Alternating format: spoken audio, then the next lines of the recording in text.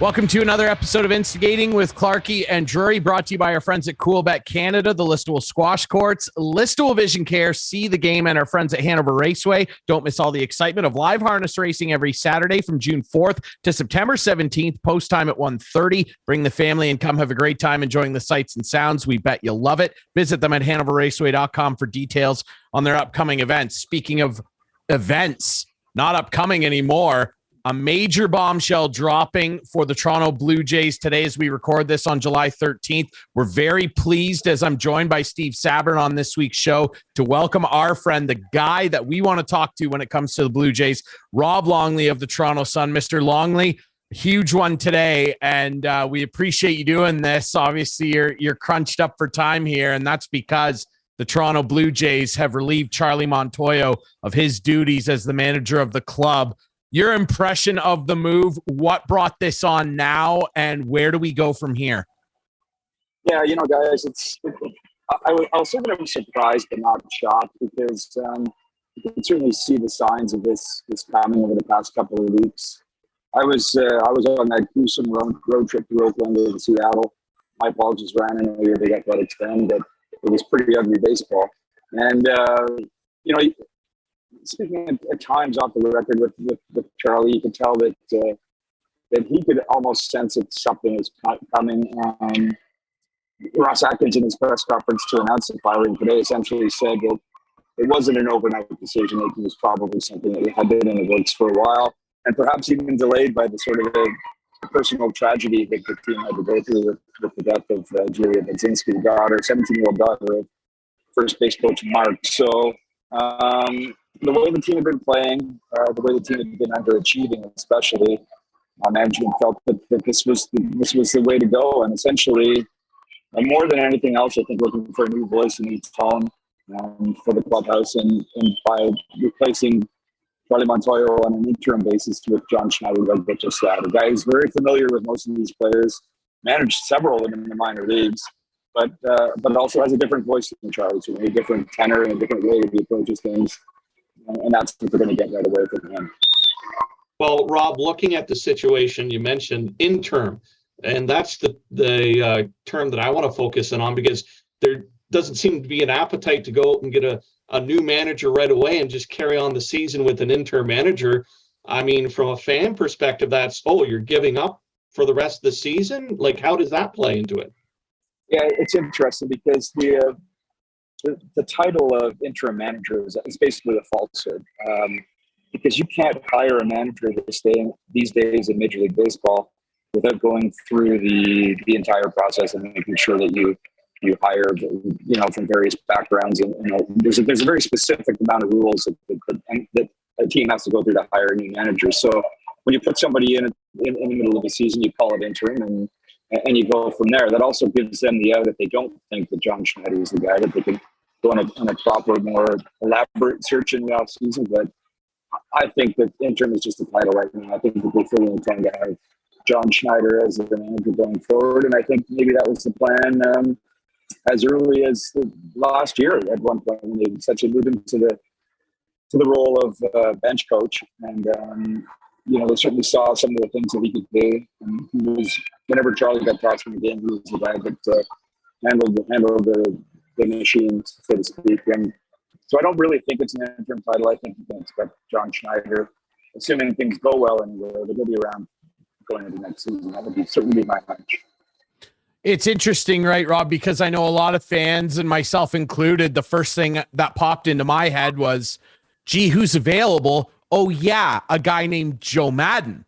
And obviously that doesn't sound like it's even a remote possibility as of right now, but maybe he could potentially be a guy that the Jays sniff around on in the offseason, assuming maybe, and we all hope not, that the Jays season continues as it has been for the rest of this one. Is that something that you could maybe see in the future if the season continues to sputter along here? I think that John Madden would be about not John Madden. I think Hugh Madden would be about the last guy that they would go to at this point. I think that this team wants to distance itself as much as it can from an old school personality as a manager, especially one with a a real powerful presence and voice. I mean, this team manages its games as much by the front office as it does with the manager team in dugout. So I don't think Joe Madden would be anywhere near the type of personality that they would want. Now that's not to say that they won't look for somebody with experience, but I think that if John Schneider handles the assignment well out of the gate, that he'll get the opportunity to continue with it next year, especially if this team makes it to the playoffs and does some damage. We have to remember that despite their record, recently they still hold down that last wild card spot in the American League. And furthermore, I don't think that the Boston Red Sox know the Tampa Bay Rays at this point inspire a whole lot of fear in terms of the way that race is going to unfold. Obviously, the Jays have to get back to a reasonable form. But there's a belief in his offense, and Kevin Goslin's going to be back pitching tomorrow with all that kind of stuff. But they believe that this team is capable of much more. And we've seen it so many times mid-season where the team kind of gets it all together. And this team doesn't really have to get it together in a big way to make the playoffs. But if they do make an addition, but at the trade deadline, especially with some bullpen help, they could be a factor in the postseason. And if that were the case, back to the original points, then I would fully expect John Schneider to be back in 2023. What are some of the key things coming down here in the schedule? Because we know the All-Star break's just around the corner, which was probably a good thing. And some of the Jays will get an opportunity to play. We know Vladdy's not going to do the home run derby to kind of save himself a little bit. But I guess late July, early August, going to be a pretty decent stretch against the AL East. Yeah, I think so. Timing-wise, if you knew you were going to make that change, now was the time to do it. Because I mean, if they got the Phillies tonight, then they've got 4 against the Royals. So what if the Jays were to sweep the Royals or go 3-1 against them with Charlie as manager? Then you really fire him going into the All-Star break at that point. It just gives them a chance, Schneider, to get his feet wet, and then everybody to regroup with some rest at the All-Star break, and then get ready for another fairly stout run against the American League East. Coming out of the break, there's 3 games in Boston, as you mentioned, and we saw the last time the Red Sox was here. That was a fairly emotional series, and those 2 teams are going to be essentially neck and neck for one of those spots. And not too far down the road, there's a trip to Tampa as well, and then back to back trip to Boston and New York. So yeah, they're back to the tough American League. The Jays certainly had a tough schedule. One of the toughest schedules for the first 40 or 50 games. I guess the issue in terms of how they evaluated Charlie Montoya was when the schedule did get a little bit softer for a brief period of time. That's when the team really kind of struggled even more. So that probably was part of the momentum that led to his firing, and they have to get ready to sort of turn things around for when they face those American League opponents again.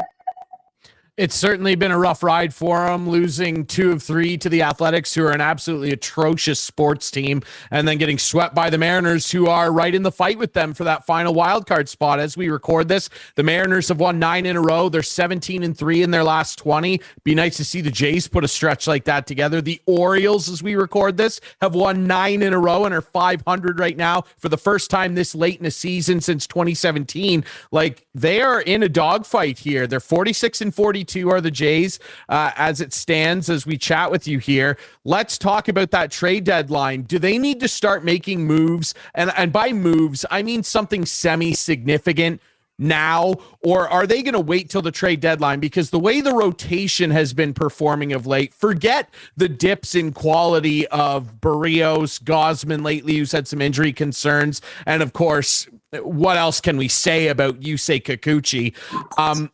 Forget all that. They need an arm here, and we know about the bullpen as well. They made a trade with Pittsburgh, but they got the wrong guy, in my opinion. They didn't get David Bednar. They bring in a 39-year-old Sergio Romo, who, yeah, he's a good veteran voice. He was a great pitcher 10 years ago. How desperate do you think they should be in trying to acquire some significant or at least semi-significant upgrades in terms of the arm department? Because Ross Atkins said it today, this was a tough decision. We didn't want it to have to go like this, and this mostly falls on me. So where is the work being done here? What do you think they need to do here, Rob? Well, Ryan, a cynic might suggest that the reason that they made those lame acquisitions was as a means to help expedite getting rid of their manager. Because, I mean, really, if that's the way you're going to enhance your bullpen, and you're just deluding yourself. And this front office is much smarter than that. I'll give you an example. In Seattle, they gave Robbie Rakich 6 innings, looked really good. Only 83 pitches, and then they take him out. I'm like, why are they taking him out? Oh, I know why. Because they got 3 guys who can throw 100. One guy for the 7th inning to do it, one guy for the 8th inning to do it, and one guy for the 9th inning to do it. And if you're going to blame Charlie Montoyo for this mess that the team is doing lately, you really have to give equal or more blame to the front office because of the way things have gone in terms of. Sorry, got interrupted by a colleague. There's essentially beyond Jordan Romano. There's no power, no fitness guys in that bullpen, and I don't doubt that that's the priority for the front office now as they shop for some help. But it's not as easy to do as just saying you got to go and get guys, especially with the front office who historically has gone with the opposite approach of Alex Tankopoulos, the guy that was previously here. And it is more on making sure you protect as much of those prospect assets as you can. So, yeah, they'll be willing to part with some. Obviously, you're going to get something for nothing. But you better believe that every GM that's in the league that's shopping right now knows that there's a level of desperation here. And also, every shopping GM in the league knows that more than any other year in baseball history, perhaps, there's more teams in contention for a playoff spot because of the expanded playoff format. So there may just well be more buyers than sellers, and that's going to further drive up the price. It certainly is. It's going to be interesting. Obviously, the Jays have a lot of work to do. They're in 4th in the division, but they're still clinging to that wild card spot. It's going to be an interesting run-up to trade deadline day, and I know Jays fans are going to be glued to their phones and their televisions as we head toward that date. Rob, we appreciate you doing this. We know you've been crunched for time on what's been a pretty explosive day in the 6, so we appreciate you doing this as always, my friend. Thank you. My pleasure. We'll do it again soon, I'm sure. Absolutely. All right. That's our friend Rob Longley from the Toronto Sun. You can follow him on Twitter at Longley Sun Sports. He is one of the best guys to follow in terms of baseball coverage, and certainly the Blue Jays who, boy, Steve, we got a couple minutes left here. They're in it here. And I understand that there's a lot of teams in the mix now with the extra wild card spot. I like me personally, I just don't want to hear it. And the one quote that keeps getting brought up is Vlad Jr., the face of the franchise, at the start of the year saying last year was the trailer. This is the movie. This movie's going straight to DVD. This is not a summer blockbuster, Steve. And I don't want to hear any excuses from Ross Atkins. Trade whatever prospect people want. You traded your best prospect already for Barrios when they got rid of Martin. If Bichette is your future at shortstop and he's so young, why are you clinging to Jordan Groshans? Why are you clinging to guys like that? Trade whoever you can. You said you're going for it. Go for it. Yeah, and you have to wonder how much it's magnified. Like, are we having this conversation if the Yankees aren't off to a blistering start? I mean, everything probably not. If everything they touch is gold. Like, every team in the American League East is 500 or better, and they're 14 games back of the Yankees. But you know the AL East is tough coming in. And they gave a lot of playing time too to some of their newer guys at the beginning of the season. It's only of late have they stuck with a really firm lineup. You got a couple injuries mixed in there. I wanted to ask Rob, and we were running out of time, but we touched on the bullpen a little bit. Like, I really question bullpen management it's in atrocious. some situations that they're bringing guys in. Like, if Trent Thornton's your go-to guy in key situations, that's got to tell you a lot. I mean, that's got to be the number one alarm bell. And let's face it, Trent Thornton can strike me out 9.999 times out of 10, no problem. But stacked up against other relievers in the bullpen, it just always seems to fall apart when that's the call. Anyways, yes, they have something to do, and this is the year they have to go in for it. Like, they've got guys performing. If Bichette and Guerrero can get back into more of a routine, they can definitely make some noise. But you're right. They have to pick up another piece or two to really punch their ticket, because patience is thin at this point in time. Speaking of patience wearing thin, Steve, obviously patience very thin with NHL general managers today. Free agent frenzy opening coming up next. We'll have a quick pop in from my regular co-host, Chris Clark. He's going to come on and chat a little bit about the huge uncertainty in the Leafs crease as they acquire Matt Murray and a former guy that my team knows pretty well, Ilya Samsonov, who they sign on a 1-year basically prove-it deal. We will chat with Clarky next about the tenuous situation in the blue paint for the Blue Buds coming up next here on Instigating with Clarky and Drury.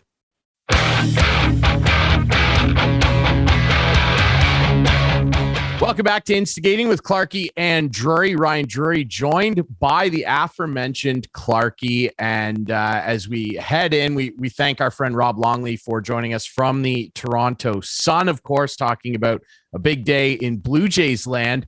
Clarky, big day as we record this on Wednesday. It is July 13th, and it is free agent frenzy day. And the Toronto Maple Leafs leading up to today and also today were quite busy. They have 2 new goaltenders, and I would love your opinion on that as our Leaf-centric fan here. Let's start with Matthew Murray. Well, we both were ripping on this guy all year, right? Like and taking the lead from the O-Dog on TSN, like he just always seemed injured. Maybe he didn't want to play for Ottawa, like at the end of the day. Who knows? I also think it's sometimes a lot. Goalies can look very bad on bad teams. And that's the only hope I have with this guy, is that he's going to look better on the Leafs. And it's going to play better. It's going to play back and, go back 2 or 3 years when he played for Pittsburgh and played well. But when you look at the overall picture of what they've done, having added both Matt Murray and Ilya Samsonov, how do you pronounce it? It's Samsonov, yeah. Samsonov. Yeah.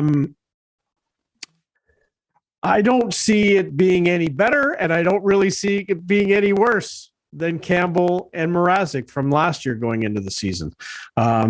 Jack, God bless him, 5 years, $5 million. I wouldn't have done that. I really wouldn't have. But with him and Kemper, the only 2 real goaltenders in the free agent market right today, they cashed in. They both cashed in. Kemper got even more. And we talked all playoff how Colorado's winning with a very average at best goalie. And that's what I think he is too. There's a couple of goalies at the top of the heap, Ryan. We know that, right?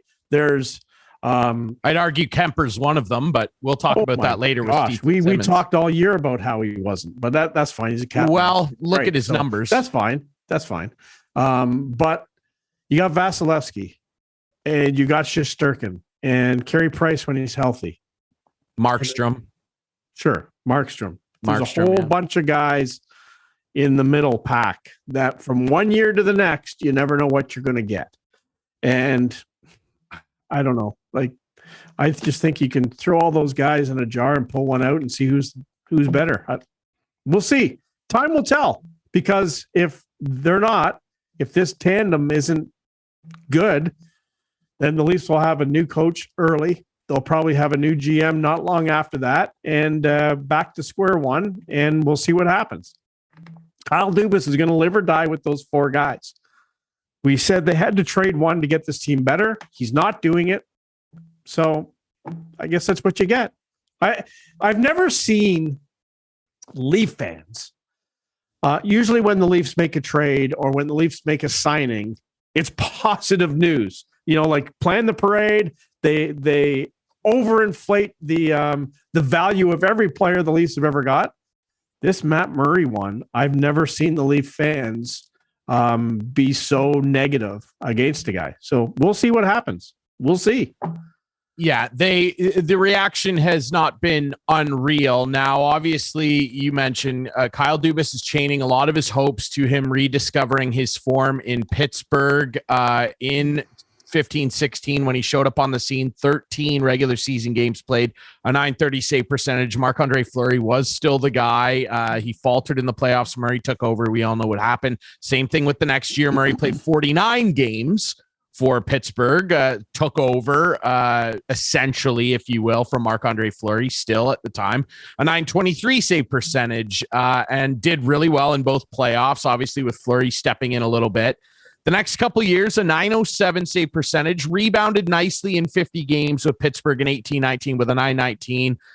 The following season, 19-20, an .899 save percentage. In 38 games on what was still a pretty good Pittsburgh team. Lost his job to Tristan Jarry and then signs that big deal in Ottawa.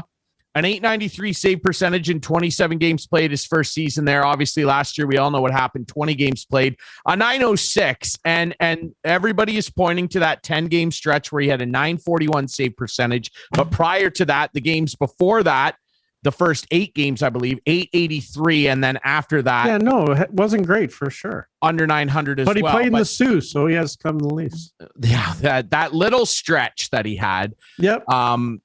It is reason for promise. Now, I don't love these moves. I think they are worse. As we sit right now, I think based on what Jack Campbell gave you at times for a longer stretch, sure. For a longer stretch than what Matt Murray gave Ottawa until December. Well, he was an all-star. Lights out. Right? Yep. I think objectively they are worse. Yeah, when you factor Peter Mrazek in, probably not. Maybe they are a little better, but I would argue that it's about the same in that regard because Matt Murray, I don't think anybody doubts his talent. Can he stay healthy? I feel like I'm the 800th person to say that. That's all it is. Can this guy stay healthy? If I were to take a bet right now with our friends at CoolBet on an over-under and set it at 30 and a half games, I'm taking the under. 25 and a half games, I'm taking the under. I have zero faith that this guy can stay healthy. Now let's talk about Ilya Samsonov, a guy who I know extremely well. I once said to the What the Puck guys down in Washington, the Washington fan cast down there, that when they drafted him, I thought he was the most talented player outside of the NHL. When he was playing in Magnitogorsk, where Yevgeny Malkin came from, he was a freak over there playing against men. So what happened? He came over here and he has stepped into the best league in the world and extremely underwhelmed. He has got to decide through some injury issues as well. We all know about that infamous ATV accident during the bubble playoff where he wasn't available to the Capitals because of his own stupidity. This guy has no feel for where his crease is. He can't hold on to his goalie stick. I've never seen a starting goalie drop their stick as much as Ilya Samsonov. He's atrocious at reading angles. This is just based on what I've seen. Is he still young enough at 25 years old where you go, there's still a ceiling here based on him being a 22nd overall pick back in 2015? Yes, he's still young enough where there is still potential he could figure it out. But what I'm telling you right now is that I've watched literally almost every single minute. I would venture to say 90% of every minute that Ilya Samsonov has played goal for the Washington Capitals, who, if you look at the numbers, are a pretty good defensive team over the last couple of years. Bad. Outside of a couple little spurts here and there, bad. So good luck. And my final thing on Murray, and this is a whole thing where you're talking about, oh, well, these goalies, you could throw them all in a hat and you can't keep this guy, you can't keep that guy. Listen, I'll say this. I still think that the Leafs handed out too much money to too few guys. It's not worked. They're good. They're good players, those guys, but they gave them all too much money. You could argue now, based off what we've seen the last few years, Austin Matthews aside, the other guys all have too much money. They make too much money. They've won nothing. That's why they can't afford to have stability in net. And if you're going to tell me that this is stability, you're a liar. And so's Kyle Dubas. I don't think anyone is crossing his fingers. And absolutely, I'm saying it right now. Sheldon Keefe and Kyle Dubas will be fired before the end of the regular season. Well, I just said the same thing. I just said the same thing. If it doesn't work out, they're done. We're in agreement. It is. Yeah, they're done. But the only thing I can say to the Leafs' defense and to Kyle Dubas' defense, this year, 2022. I would imagine they thought the salary cap would be about $10 million more than it was when they signed Matthews and Marner. Yeah, it doesn't matter. I don't care. I know it doesn't matter at the end of the day. I know it doesn't matter. Still too much money. They do projections. They absolutely do projections of how the cap is progressing, where it'll go. Who knew COVID was coming? I understand more than any other team, in my opinion. And you know what? They buried themselves and whatever. Yeah, I will say extremely bad luck for everybody, though.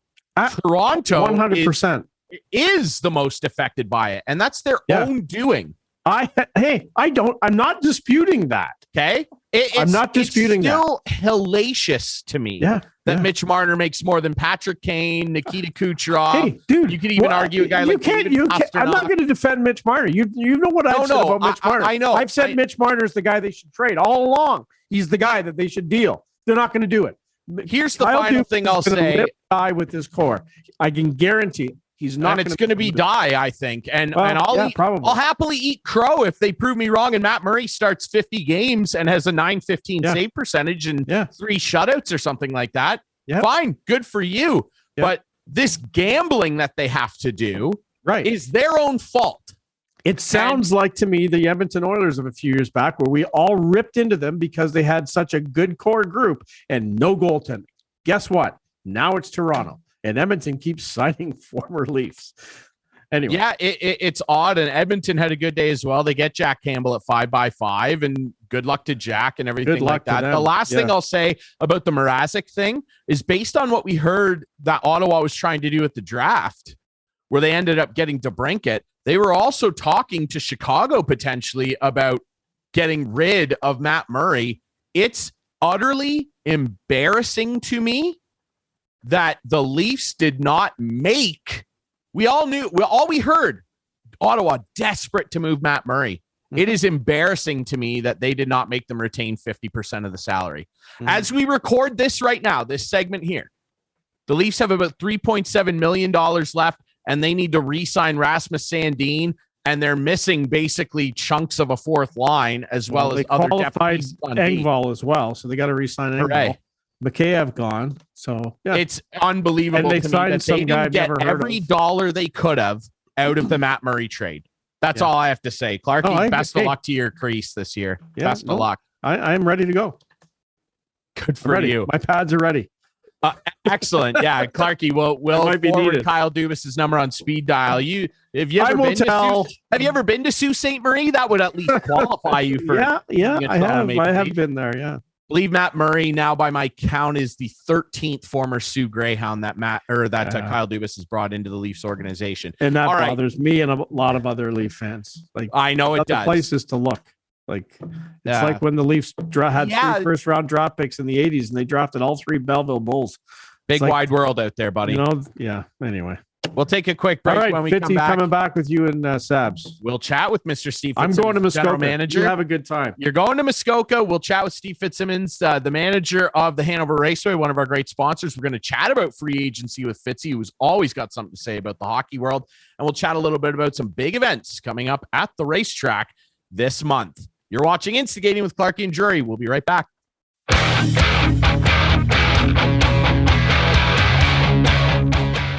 Welcome back to Instigating with Clarky and Jury, brought to you by our friends at CoolBet, Listowel Vision Care, the Listowel Squash Courts, See the Game, and of course, Hanover Raceway. And myself and Steve Fitzsimmons here are very pleased to be joined by the general manager of that great racetrack, Mr. Steve Fitzsimmons. Fitzy, how are you, brother? I'm doing well, guys. How are you? We're doing well, my friend. And a lot of NHL GMs think they're doing well as well today on the opening of Free Agent Frenzy.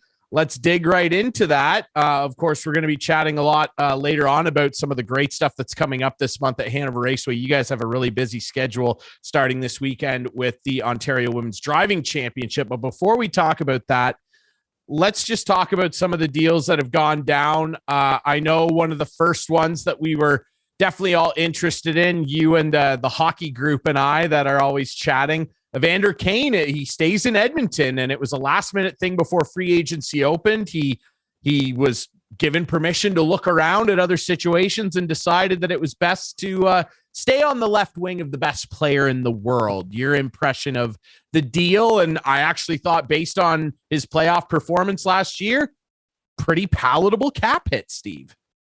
I don't think there's any doubt that without the baggage that he brings with him from his previous transgressions, that this player, with what he did in the regular season and the playoffs, was probably an $8 million player any other time. But, he signs for 5 and change. So, I think if he's the motivated player we've seen in the last calendar year with Edmonton and continues to produce like he does and stay out of trouble, this is a great deal for the Edmonton Oilers. He was an extremely good player for them, a difference maker on a team of 3 difference makers, I guess you would say. You know what? It's interesting. I'd compare the Evander Kane situation to Dennis Rodman in the Chicago Bulls. A team that has championship caliber. They've got the 2 best players in the NHL on that team. They've also picked up, in my mind, a pretty good goaltender that could be the tipping point for Edmonton finally in a long haul. With Kane in there, if you can focus that energy, he's proven himself. So it'll be interesting to see how that team carries out next season. Well, he can score goals, and he proved it again. And I agree, Fitzy, with you. Without the baggage, there's no other better way to put it. I certainly think he's sniffing around at 7.5, $8 million. But pretty palatable deal for both sides. I think it's a good situation on the ice. And so far, it's been a good situation off the ice. But on the ice, I certainly think this is a good situation. And Sabby, you bring up that goaltender. That was one of the first big dominoes to drop today. Jack Campbell is officially a member of the Edmonton Oilers. They give him a 5x5, something Toronto was not willing to do, yet they were willing to absorb 4.6875 of a very big question mark in Matt Murray. Now, we heard previously from Clarkey on the show a little bit about his impressions of his beloved Maple Leaf crease heading into next year. Your impression of this whole fiasco here, we'll call it. Campbell's gone and goes to Edmonton, joining Zach Hyman from his Maple Leaf days. And the Leafs have, well, what they have. Your thoughts? My thoughts are it's a significant risk for the Toronto Maple Leafs. And you know what? If you look at Matt Murray, what he actually did, he was in the minors a bit last year, but actually in the NHL, his numbers actually are quite good considering the situation he was in. It's just the previous 2 years, he was absolutely terrible and not anywhere close to the goalie that we saw with the Pittsburgh Penguins. So, you know what? They got Ottawa to absorb some of the salary.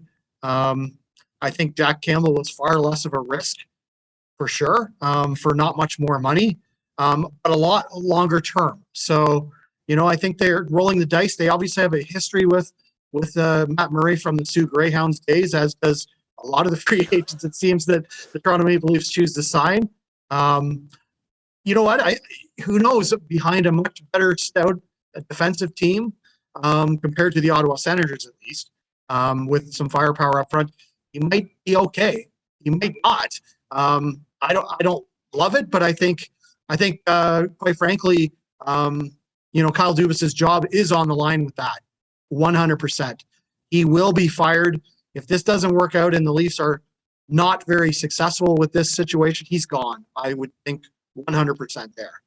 Well, you'd have to think it was kind of a darned if you do, darned if you don't sort of situation, because if he did get Campbell, they didn't do well, question marks again. So, okay, do I roll the dice, pick up a goaltender for a little less against the cap? and maybe surprise some people. And again, as you mentioned, Steve, the connection, the Sault Ste. Marie connection is, hey, let's get the band back together and make some noise, and maybe a little emotional push, a little more extra drive for Murray to excel in the current situation. But it's going to be tough because, I don't think the Leafs are better today than they were in the last game of the previous season. I don't either. Yeah, I don't either. I don't know. And that's the gamble here. This is the definition of high risk, high reward. And Ilya Samsonov factors in a much more minor way to that. Now, this is a kid that really, I said this to the guys I mentioned with Clarkey on the What the Puck show down in Washington. When they drafted him, I said on that show that I thought he was the most talented player outside the NHL, and his numbers in the KHL would prove that. He was absolutely dominant against men in what most would say is the second best professional league in the world. He needs to decide how badly he wants to have a career in the NHL. Really. Beyond how wild he is in his crease, the fiasco with the ATV accident and all that stuff during the bubble. We touched on this earlier with Clarkey. That's one thing. This Murray thing, it is high risk, high reward. It's boom or bust. And I said to Clarkey earlier, Fitzy, I think that Kyle Dubas and Sheldon Keefe will both be fired before the end of the regular season next year. And I don't think Matt Murray plays more than 25 games. Your thoughts on that? My thoughts are Kyle Dubas put his job on the line last year and said, if we don't get out of the first round, that's what we thought, right? So, he's for me, I don't know how he kind of skated on that just because it was the two-time defending cup champs. It's always an excuse every year. They're losing to somebody, right? But, in this case, they went toe-to-toe with a pretty darn good team. But, that was his decree last year at this time. So I think Leaf fans are not going to stand for it again. And quite frankly, I think the board of the Maple Leafs is going to be forced to do something. If they don't go through the first round again, heads are going to roll, period. And that's going to be the end of it. We can make all the excuses we want, and Leaf fans do.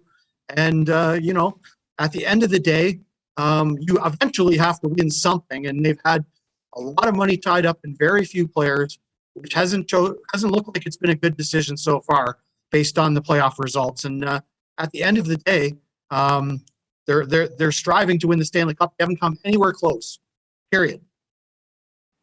It's not been good. And this whole experiment of top heavy skill, very good top heavy skill. Like Austin Matthews scored 60 and he won the Hart for the first time since a Leaf did it since I think the 30s. Yeah. The top end of it is very, very good. It's just that when you have almost half of your cap committed to under half of what makes up an entire roster, this is the type of stuff that you run into. And boy, is he ever taking the gamble of all gambles. I don't think it's impossible that Matt Murray, if healthy, can be a good goalie. The one thing I'd say to you is glove high. He is atrocious glove high, and the Capitals would tell you that, and a lot of the teams that ended up beating Pittsburgh and beating him consistently over the years. You shoot glove high, he's got a terrible glove hand, but God bless him. They're rolling with this tandem. And I agree with you, Sabia. I don't think anybody could argue that they're better today than they were coming into free agency. Mikheyev is gone. They have a very limited amount of room as it stands to re-sign Sandin, who is allegedly not very happy with them. And they've qualified Pierre Engvall. It'd be interesting to see what else the Leafs do. There's no way they're done.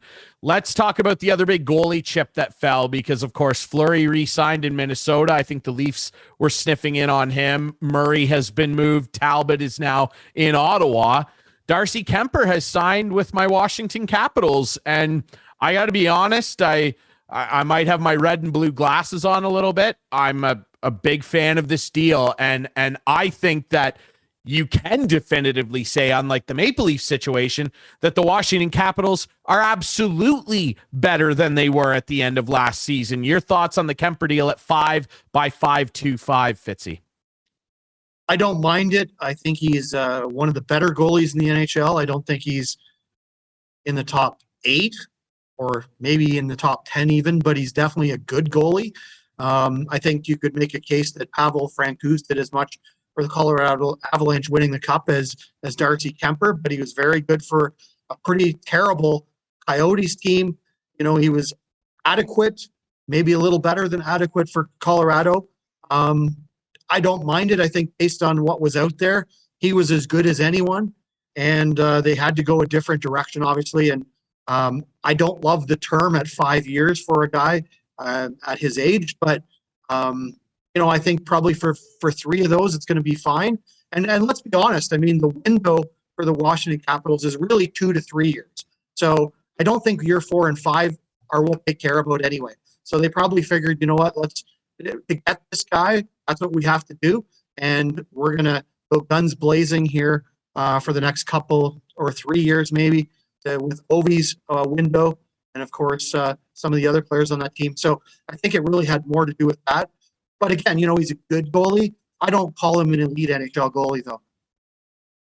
Yeah, I agree. He's 4th in save percentage in the NHL over the last 5 years. Last year, he was 4th in goals saved above expected. The only 3 better than him were Shesterkin, Markstrom, and Sorokin. So I don't necessarily consider him an elite goalie either, but he's far better than Samsonov and Vanacek. Yes. And he proved it by winning a Stanley Cup. Yes, he had a .902 save percentage in the playoffs. He did enough to get it done, and he's shown that on bad teams he can be good. Washington, 4th at 5-on-5 goals above or goals expected against suppression last year. A good defensive team that, if they had have got better goaltending, probably beat the Florida Panthers in the first round. And who knows what happens after that. So I think Kemper, I'm excited about it. We'll see what happens. A lot of other big names getting signed today, but as we record this, the big 2, Nazem Kadri and Johnny Gaudreau, they have both not signed deals. Sabby, I wonder what your thoughts are. Just Calgary. I picked Calgary to go to the Cup final last year. This is a massive blow to them. I mean, they are losing a franchise cornerstone. What is this going to do for the future of how badly Tkachuk wants to stay there? Sean Monahan is now in Chicago. Calgary was dealt a really serious blow here, Sabby. Yeah, and you know what? It didn't matter how much money was going to be thrown out by Calgary. I mean, Johnny Gaudreau stated family reasons to move around. But I mean, when you're the top 2 players in a free agency pool, you can take your time. No rush to get anything signed, right? I mean, play the numbers, see who's signing where with what, and then take your pick of where you want to go. Because I mean, you got a Cup winner who proved himself in the playoffs, and you have a guy coming off a 115-point season. So it'll be interesting. You know, when you look at all the teams that have availability, you know, I can't narrow down where Gaudreau's going to end up. There's just so many. You just hope he signs with a team that actually has a chance, and it doesn't go with the team just because he wants to be the number 1 guy. But anyways, we'll see what happens. But a lot of opportunity out there for sure. And Kadri, obviously, you mentioned he comes off a cup and had some funny statements after winning that Stanley Cup. I think some of those were pointed maybe at the management of the Toronto Maple Leafs and maybe some of the fan base that thought he was a liability. So I really enjoyed seeing that. Yeah, and Colorado just straight up can't afford him, and it's a big reason they didn't bring Kemper back. They need to re-sign Nate McKinnon, who is going to get a gigantic raise on the little over $6 million he makes currently. They can re-sign him at the end of next season, and he's probably going to get something with a 12 or a 13 ... in front of it. Who knows? So Burakovsky leaves that team as well. They did re-up Nikushkin. He's going to come back. Lekkonen's coming back. I still think Colorado is a pretty good team there. Fitzy, where do you see a fit for both these guys? There was a rumor today that the Blue Jackets, they've done this previously, threw a ton of money at the feet of Johnny Gaudreau, 7x12. Don't think he's going to go there. And logic would tell you, being from the New Jersey area, if it's family reasons, there's 3 teams around that area that makes sense. And that's Philly, that's the Devils, and that's the Islanders. We'll start with Gaudreau. Where do you think he fits in and why? Well, I think the Islanders, with their brand new rink and money to spend, certainly are marquee players in this situation. And Lou, keeps his cards almost impossible to read. And I suspect they're well in the thick of the battle here. I think Philadelphia is an interesting possibility there as well. Although I think that the Islanders are a better team than Philly right now. And certainly New Jersey looks like a team on the rise for sure. So, but I think Lou has a big chance here to possibly sneak Johnny Hockey out here and, deliver, some kind of a 7-year deal with, I'm assuming it's probably going to be comparable numbers to the Calgary deal of, 9.5, 10. It probably has to be. That's probably the bottom line for anyone that wants to talk right now after Calgary laid out their offer.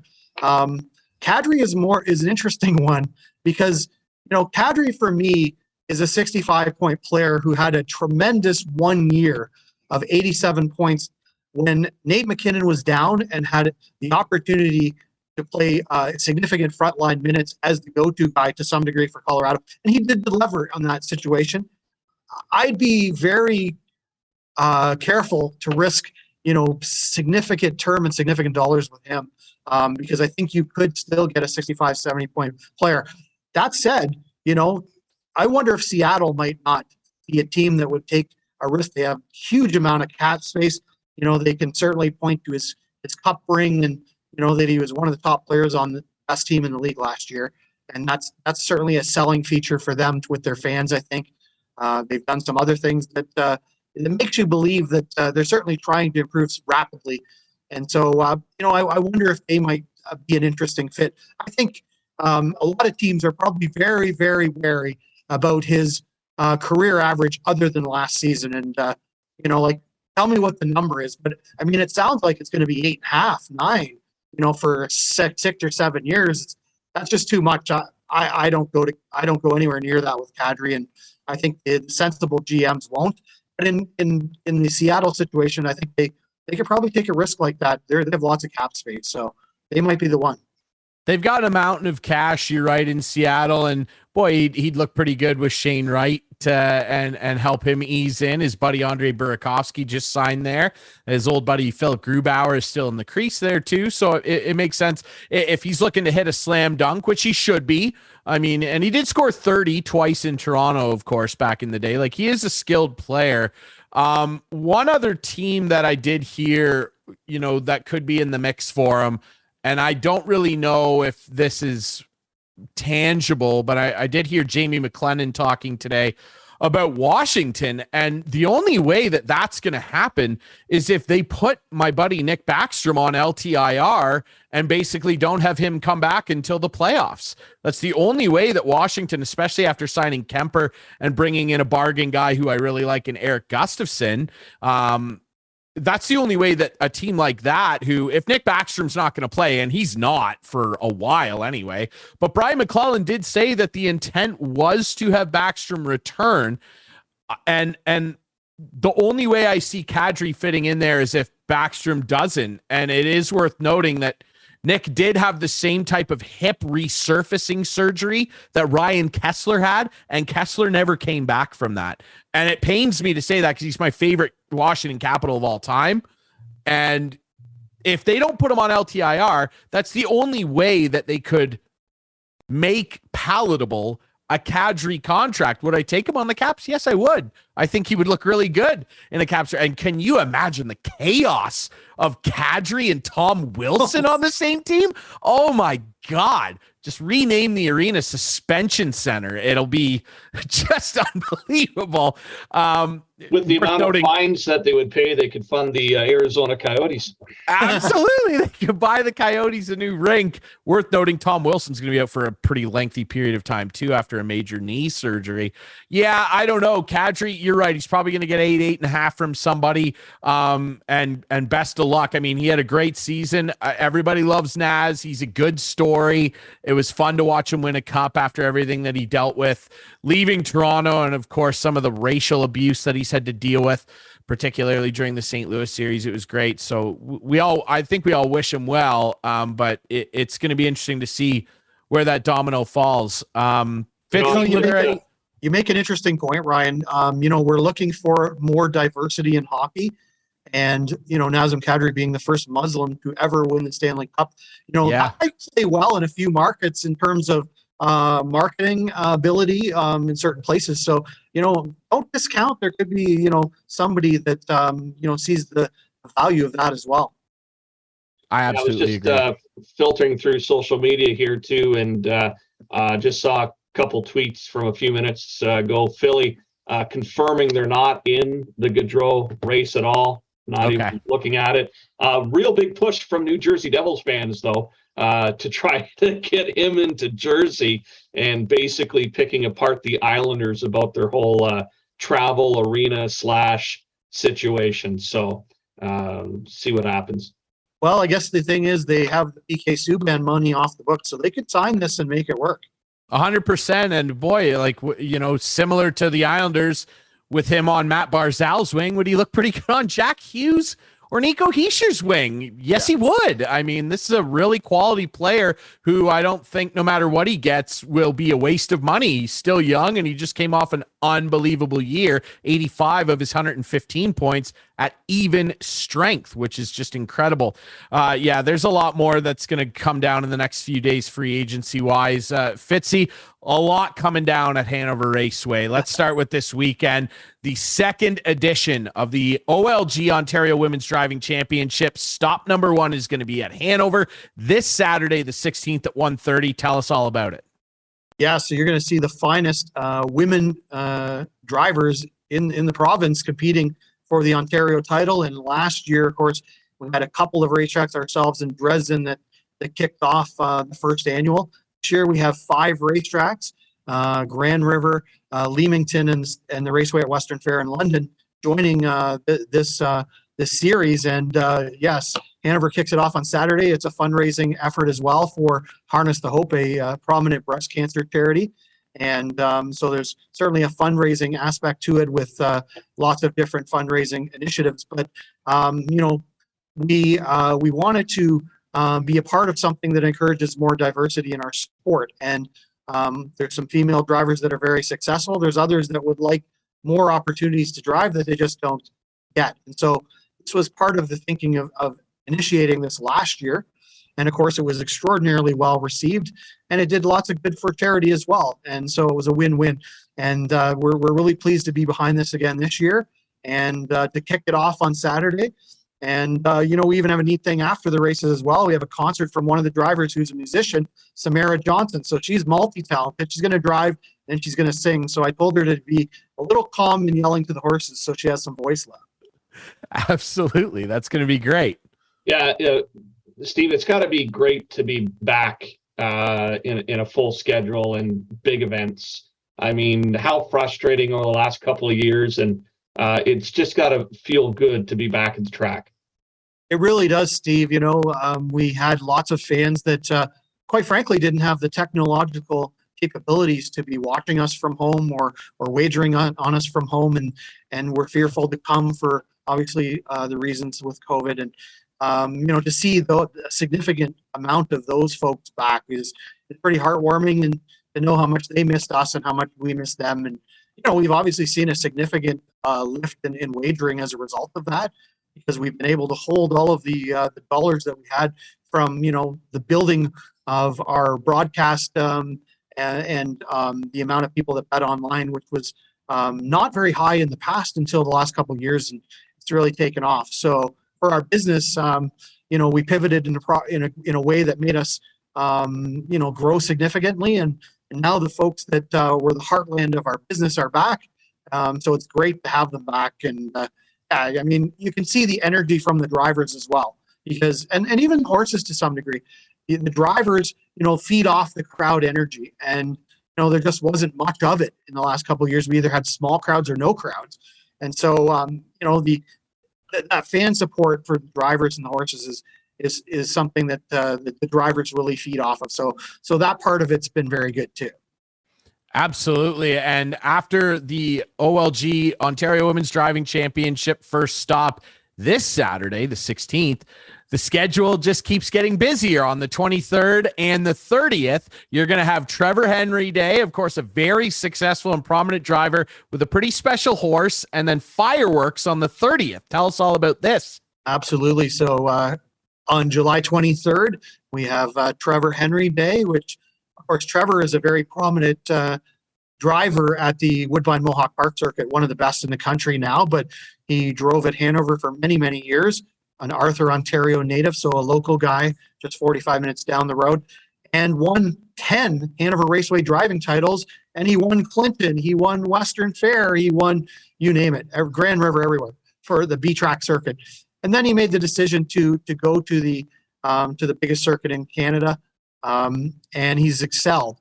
And he, of course, won the North American Cup last year with a horse by the name of Desperate Man.